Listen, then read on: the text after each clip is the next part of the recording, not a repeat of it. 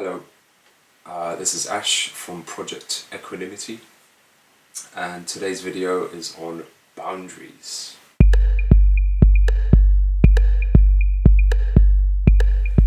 So, boundaries are something that you may take for granted.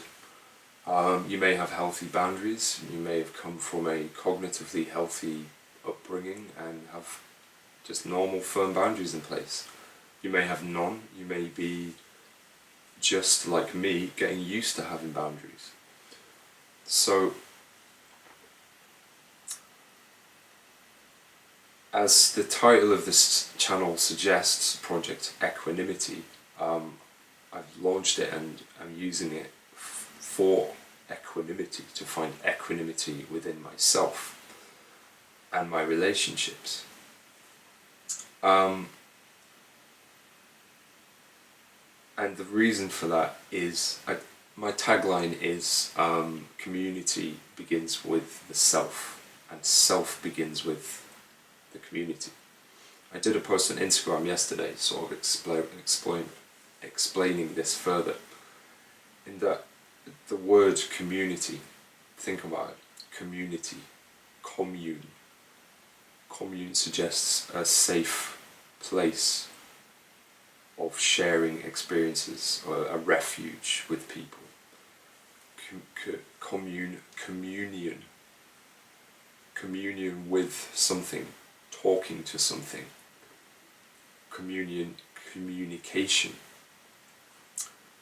And how can you have community with anyone else if you don't commune with yourself, if you don't have communication with yourself? It's the same thing. The relationship that you have with yourself is the relationship that you have with others. And the relationship, equally, that you have with others is the relationship that you have with yourself. But you can't control anyone else. You can't control their behavior, or you're not in charge of them. All you have control over is yourself and your responses and how you treat people and how you treat yourself. So it's the same thing, and what comes into the play there is how you wish to be treated. So boundaries are an extremely important thing to have. The other thing I wanted to touch on here is, I was with a girl a few weeks ago, and I bumped into lots of friends, and one of them, they hadn't met, so this guy was just, I don't know, he was like, "Oh, Ash, like, he's always so zen, man. He's just always sort of like calm and chilled, yeah." I think he was trying to describe my character to this girl, which obviously is very nice to hear. It's also not true. I try to be calm. I try to be zen, and this is the purpose of the channel. But I'm also, I also experience anger and hurt and sorrow and, all the shit sides of life, shall we say, just like anyone else does. I also experience happiness and joy and beauty.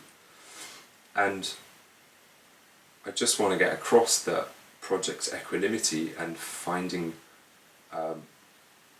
equanimity within yourself isn't just being about all zen and chilled and yeah man.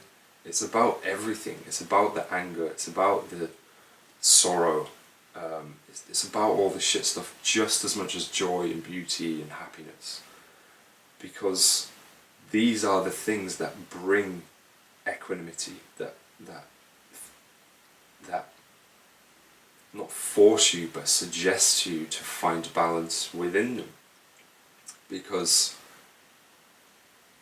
don't get me wrong, I don't mean coming back from balance of being happy and putting a downer and going, "Oh, I'm too happy today, I might just calm myself down a bit."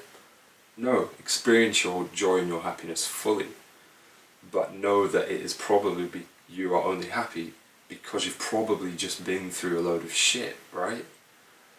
And equally, when you're going through shit, know that it doesn't last forever, that you will forget happiness from it, because of it, not in spite of it.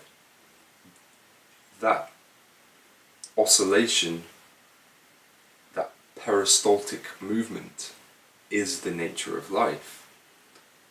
And it's finding your center and your balance within any of it, accepting things. And what I mean by that is not accepting bullshit. It's not just going, oh yeah, there's horrible things happening to me, and I accept it, therefore I'm zen and everything's sweet. No, mate. It's seeing what you can do about it, trying to find a center in yourself where you're not overly emotionally reacting to things because of previous situations, seeing what you can do about it, and if there's nothing, then accepting things as they are. Because that's where we find our peace. You know, when we are on this side and super happy and everything's cool, we're not even thinking about that because we are at our peace. And we're at our peace because we've made peace from the previous shit thing that just happened to us. But we forget about it because we're just like, oh my god, I'm so happy. And we go back to feeling shit again and going, oh, what happened? I don't understand. It's this motion that we need to give focus to. So, boundaries. Believe it or not, I have only just begun to start having healthy boundaries with people. I'm 36 years old, and about a year and a half ago, I experienced boundaries for the first time in my adult life. I think when you are growing up and you're a sensitive kid and compassionate and empathic, that you don't always naturally have these boundaries because you just don't. And if you're not taught them healthily, you grow up without them. So I'm not saying I've never asserted myself and my boundaries, but whenever I have, I've still felt empathy for the other person that I'm laying these boundaries down for, so they never actually existed. It's alright for me to go, hey, that's bullshit, I don't accept that. Oh, but I'm really sorry and will you forgive me? It's like, no mate, boundaries are boundaries. And actions speak louder than words. You have to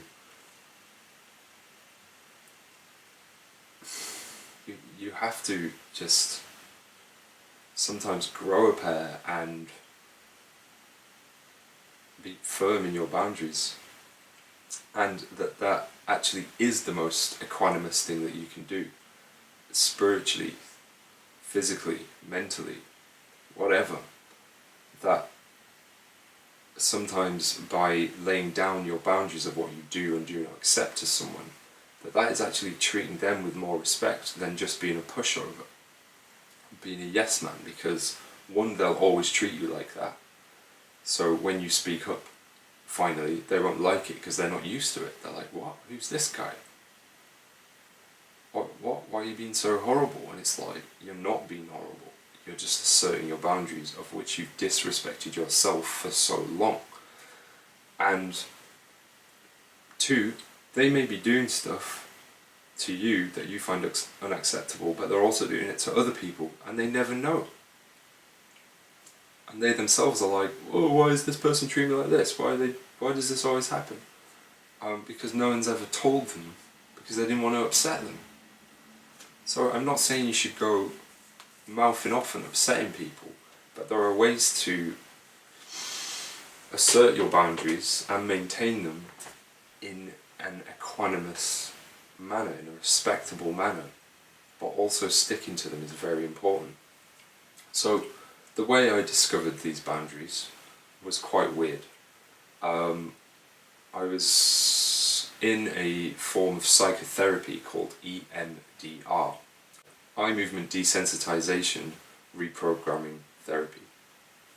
And it was developed by the psychotherapist who discovered it's specifically for trauma, so a lot of sort of soldiers with PTSD will go for EMDR therapy to deal with the trauma of the things they've seen and experienced in war. But it works for any trauma.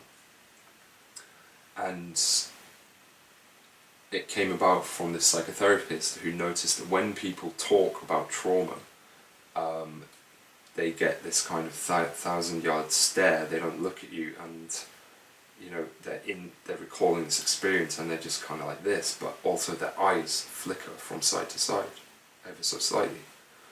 And she thought, is there a correlation between this eye movement and the motor workings of the eye linked to the brain in a place where traumatic memories are stored?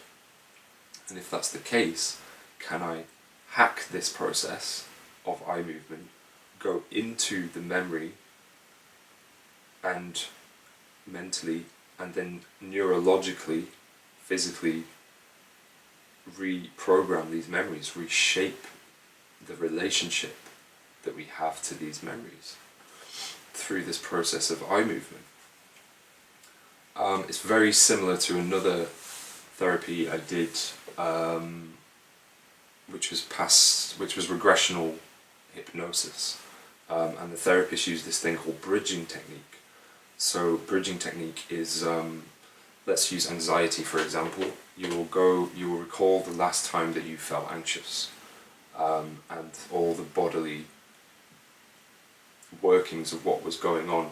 So you go back to this memory. You might be just walking down the street and see something that reminds you of a time, and that fills you with anxiety. So you might have pain in your chest, you might have butterflies in your stomach, you might be tensing your fists or your jaw, and you feel all this physical sensations and everything of how you felt in that moment, and then she jumps back to the last time you felt it. So you might jump back a few years to, like, I jumped from a street into in this guy's office where I just lost my job and felt utterly like betrayed and like and anxious, and I ended up jumping so far back that I was like 2 or 3 years old in a supermarket staring at what I thought was like a skyscraper of eggs, like a tower of eggs, because I was so small and this was all these eggs, and I'd lost my mum in the supermarket, and this was the first time I'd ever felt what we call anxiety, this physical sensation in the body of like, oh my god, of fear, because I just lost my mum. So that's bridging technique. EMDR, by the way, is not hypnosis. The regressional hypnosis, the therapist will use the power of suggestion while you're in a hypnagogic state to jump back to these things. She'll say, and are there any more experiences of this? And you'll go, yes, I'm there, and you just jump back to them. It's a very similar sensation with EMDR. It isn't quite hypnosis, but there is a period of allowing yourself to go through these things, to giving yourself over. So the first few sessions I had, I was like, this is rubbish, it's not even working. And then I got to the point, which I also did in the therapy, of going, I need to give myself over to this process to believe that it will actually work. Then things started happening, because all this information is stored in your subconscious. It's there all the time. So if someone suggests to you something, you will naturally just recall it. We actually have the subconscious and the conscious mind the wrong way around. The subconscious mind is aware of everything. It takes in every experience you've ever had and are having. It's the conscious mind that experiences things like depression and anxiety, because you're conscious of it, and it makes decisions based on time. So we think of depression as like being nostalgic and thinking about the past or things that we can't change or can't do anything about. We get anxious about the future, about decisions that we might need to make or things that come up. The conscious mind isn't based in time at all. Doesn't give a shit, doesn't know what time is. It's just like, it's just a miasma of experiences, and they're all accessible. So with bridging technique in hypnotherapy, that was linear. You jump back to the last time, the last time, the last time. So there is a process of memory. With the EMDR therapy, you jump all over the place. You could be like 3 years old 1 minute, and then 24, and then 36, and then 5 years old, and then it could be last week or this morning or like just before you got there. And the way the therapist will go about this process is by stimulating this eye movement. So you might have a light that you follow. You might have some earphones. You might have like diodes on the end of your fingers that stimulate a pulse and go or he might just be going like this with his finger, and you follow his finger, and he develops a speed that's comfortable for you. So all the time that you're recalling these experiences, he's going like this, and your eyes are going like this for an hour. Physically, it's quite draining. Like I found it painful the first few times. Then when it started working, I was like, this is actually fascinating, like a really interesting process. But you don't necessarily have time to talk about your experiences. As soon as you've found that instance, that experience, you just feel it, and then you move on. Like you jump on, and it's constantly going like this, and you're like, I want to talk about it, I need to talk about it. But you have a real sensation of these experiences, these memories, who was there, when it was, what you were doing. But they're all linked to how you felt in that moment. It's the same feeling, it's the same emotional response that's been triggered in completely different situations, at completely different times, with completely different people. But how you feel about them is the same. So if you can reprogram that feeling that is clearly like giving you stress or tension or pain or anger or any of these things, and reprogram that, your relationship to these memories, then you can reprogram your responses to new things that will make you feel the same, and you spot them and recognize them. So the reason I'm bringing all this up about the hypnotherapy and the EMDR stuff is because in one of these sessions, perhaps even my last session, I discovered for the first time the sensation of having boundaries.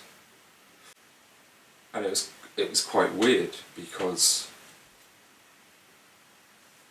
when I can't really remember how the therapist does it or what he uses to, get you to jump to the next thing and the next thing, but he got me to a place of, a time where I have asserted my boundaries to someone, and I couldn't think of any.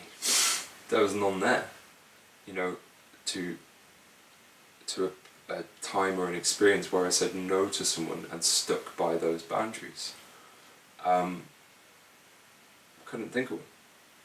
I'm sure there are times, but they weren't there. And the interesting thing is, I didn't report this to the therapist because, it's a bit weird. And this is all while he's going, and your eyes are going like this, and you're just talking, it's all very fast-paced. But my mind started painting a picture of, it was almost like a film or a cartoon, like Fantasyland, of a castle. And the castle represented me. And, I'm a very visual person and perhaps quite immature, but it was, it's like a cartoon castle, or like Game of Thrones or something. And it was all very beautiful and, exactly how I would want my castle to be. And it was all very jovial, come inside my castle and enjoy my hospitality, enjoy my food, enjoy my warmth, have a party, drink beer, But my castle also had, a big iron gate and big wooden doors and a big drawbridge over a big moat, and it had battlements and people on there with arrows, you know. And I sort of saw, I guess, a visual representation of what is on the other side of my boundaries, which is hospitality and warmth and loyalty and friendship. But also, if you do not respect that this is my home and these are my values and morals and what I'm giving to you, then you're out, mate. And it is very hard to get back in because I have these things in place. You can knock on the door, but I'm going to hold some arrows on you until you can prove to me that you're allowed in, that you're not going to fuck shit up, you know?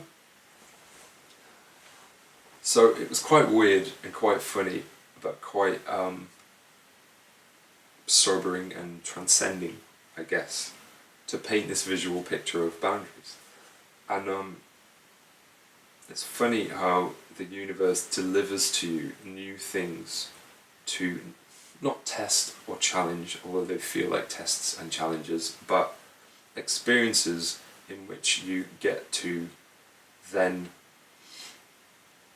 see who you are within this new experience, which will remind you of other experiences, shall we say. So I had several experiences in which I would normally just go, oh yeah mate, I'll do that, no worries, yeah, I'll photograph all that for you for free, you don't have to pay me anything, and I won't say anything, I'm not going to whinge about it, I'm happy to help. You know, there were experiences where I had to go, no mate, like, do you understand that this is not equal? You know, that I'm doing all of this for you and you're not doing anything for me? Do you see that? Do you get that? And this particular person didn't at all. So it was like repeatedly having to like tell someone like a child, no dude, that's not acceptable to me. It's not going to happen like that. You need to switch this around and look at what you're asking and what you're providing. You need to have an understanding of me as a person, of empathy. I do not get it. I cannot imagine how someone cannot have empathy, because this is perhaps an argument, or shall we say a topic up for debate, but you know, I'm of the belief that empathy is something that we learn as children. It's not a natural thing because so many people don't have it. But I feel myself that I was born with it. I have always been empathic.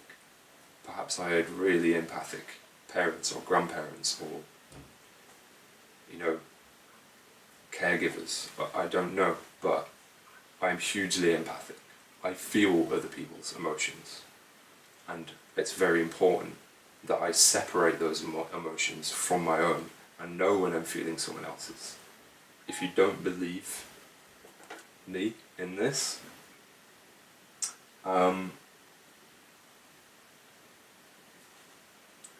find someone who refers to themselves as an empath. I'm not going to call myself an empath. I think it's just really stupid. But I am incredibly empathic.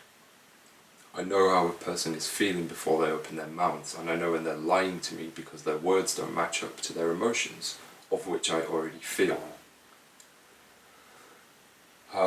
We could jump onto X-Men here with when Charles Xavier is having a conversation with himself, his old self and his young self, and he's going, oh, I feel all this pain from the world, I feel everyone's emotions and it's killing me and I just can't stand it. I feel so much pain. And he goes, yeah, you do, but it's not their pain you're feeling, it's your own. It's a beautiful moment. So of course there are huge debates to be had here with psychology, with energy, with spirituality, you know, trying to explain things. and also acknowledging that there are things that we do not yet understand scientifically. But my point is, I always have empathy. I always see things from both people's point of view before I even open my mouth. So getting to this place of having firm boundaries is quite a new thing, and it's quite alien to me. And when you have these things which you're absolutely aware of when someone is triggering your boundaries, because you've got this new thing going, wait, this is something I've always accepted in the past and it's not acceptable to me anymore. And that is so much more important than whatever this little thing is between us both. And it's rather like driving, a Morris Minor your whole life, and then someone gives you a Ferrari. You're going to put your foot down on the accelerator a little bit too hard now and again, because you're not used to it. So finding your feet within boundaries is very important.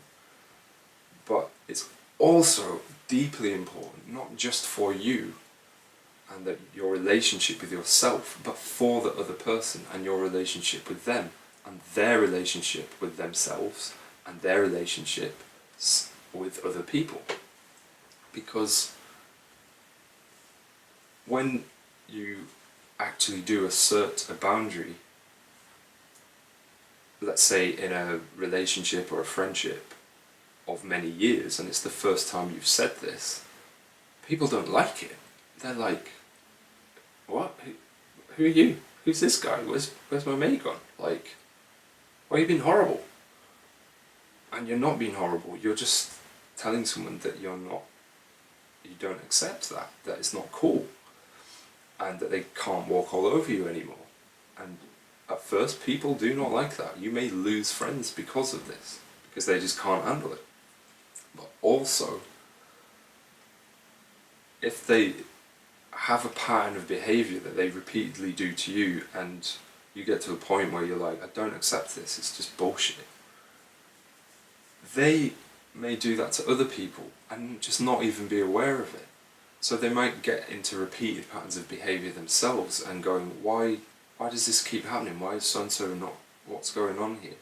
And it's because no one's ever told them that they do this thing, because they don't want to hurt them, they don't want to upset them, But there are ways to assert your boundaries healthily and respectfully and with equanimity towards you and towards another person, and be compassionate. And it's then up to them how they respond to that. Like I said, you only have control over yourself. If you treat yourself with respect and compassion, then you're going to treat other people with respect and compassion. If that triggers one of their boundaries, then they have strange boundaries, right? But who cares? You probably have strange boundaries. I probably have strange boundaries.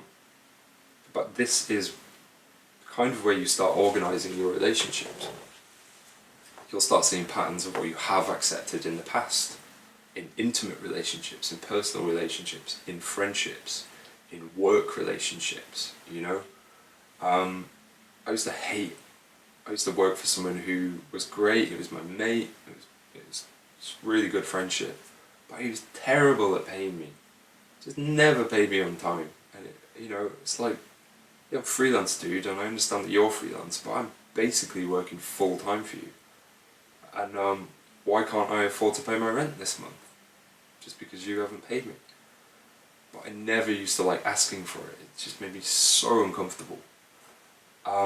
But when you have these boundaries, you can respectfully say these things without pissing someone off, without attacking them, without being horrible, respecting yourself as much as you respect this other person, okay? This is equanimity. Yeah, so the importance of boundaries is if someone crosses your boundaries, if someone does something which is not acceptable to your morals, to your values, to what you do and do not accept from someone, if someone does that to me, I tell them about it. I'm not dick. I'm not like, I don't have a go at them. I still treat them with respect and love and compassion and just say, look, this made me feel like this. And I'm sure you can understand why if you were in the same position. If someone did this to you, you know. I still treat that person with love and care. If they then do it again, they're going to know about it. It still may be a mistake. Okay, so I'm still not saying go out and be a rah rah rah, you're not respecting me. Just try and find respect and compassion for someone, because you don't know what's going on in their lives or why they're behaving in that way, what's caused them to treat people in that way and themselves in that way. But if they do it 3 times, that's a choice. See you. That's my boundaries. I have asserted my boundaries to people who have had long relationships with, or short relationships with, friendships, intimate relationships, and some people have apologised instantly and gone, oh my god, I'm so sorry, I just wasn't aware, just tell me in future, I'm so sorry, and never done it again. Or they've done it one more time and then they tell them again firmly and they get it. Other people have just completely freaked out and like obviously never experienced me asserting boundaries before, and I've never heard from them since. Whether I do or not in the future, that's up to them. I know when I have treated someone with respect and compassion and being very open and honest and non-judgmental, and they've just reacted like a child. It's up to them. If they never come back, then they're still a child and they haven't understood how something's made you feel, they haven't processed it, and crucially, they have no empathy for you. And when it comes down to it, do you want someone like that in your life? I don't. I want people in my life that respect my boundaries and respect my values and morals and actually admire me for them, because those are the qualities I admire in my friends and family and relationships. So yeah, just be aware that being assertive and respecting yourself can either gain you respect or lose you respect. It can be completely temporarily or it can be permanent. But does it matter? As long as you're holding true to yourself, then that is what matters, right? You can't control anyone else. You can only control yourself and your responses. And if you're respecting yourself, then you've got nothing to worry about. If you're respecting other people, then you've got nothing to worry about. So I also wanted to show that, going about life thinking everything is hippie zen and we should just accept things and yeah, it's cool, man, is not spiritual. It's not existing in reality. It's a beautiful aim to have, finding balance, finding center, non-reaction, checking in with yourself, treating yourself with compassion and respect and self-love and self-care, so that you can also treat other people like that. It works both ways. We are symbiotic with each other. Our relationships are symbiotic with our inner selves, and our inner selves are symbiotic with our relationships.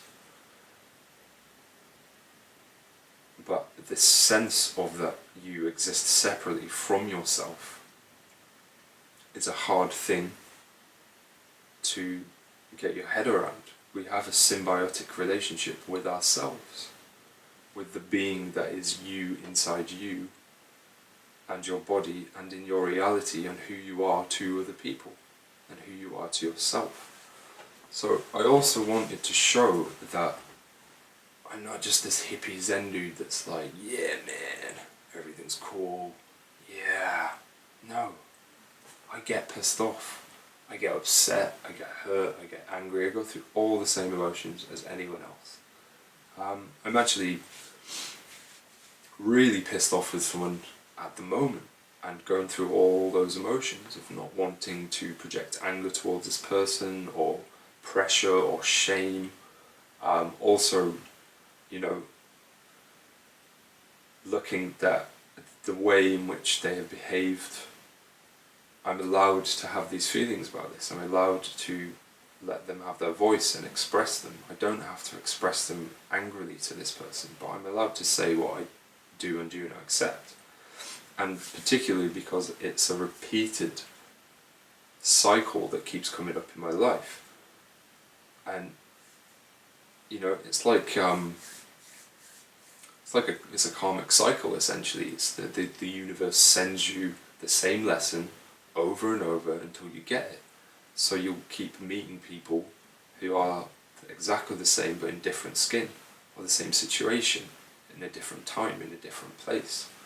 And it's, you know, it's like, I don't know, it's like tennis training or something, you know, you're there with your bat and it's like one of those machines that are just firing tennis balls at you, and they just keep hitting you in the face, they hit you in the nads, they hit you in the stomach, and you're like, ugh, just trying to keep up. You might get 1 out of 10, and gradually you get 2 out of 10, and then 3, and then 4, and then you're a pro, you get 10 out of 10.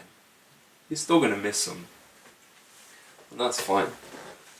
But, you know, personally within the situation, I naturally want to not repeat it and not have it affect me in the same way that the others did. So I'm also not trying to take things personally and not second guess another person, but just deal with myself and try and change it in a compassionate, respectful manner, and assert what I do and don't accept, what I like and what I don't like. You know, just trying to be a bit more mature about this rather than emotionally reacting to something like a child. I'm also aware that I feel like an emotional child sometimes, and I think it's really important to share that it's kind of normal as well, that is acceptable, because we're all just big kids at the end of the day, and nothing is ever as serious as you think it to be. But it is a highly emotional time for me when I don't really know what's going to happen with it. It's quite difficult. It's fully testing my boundaries. But my boundaries are testing myself.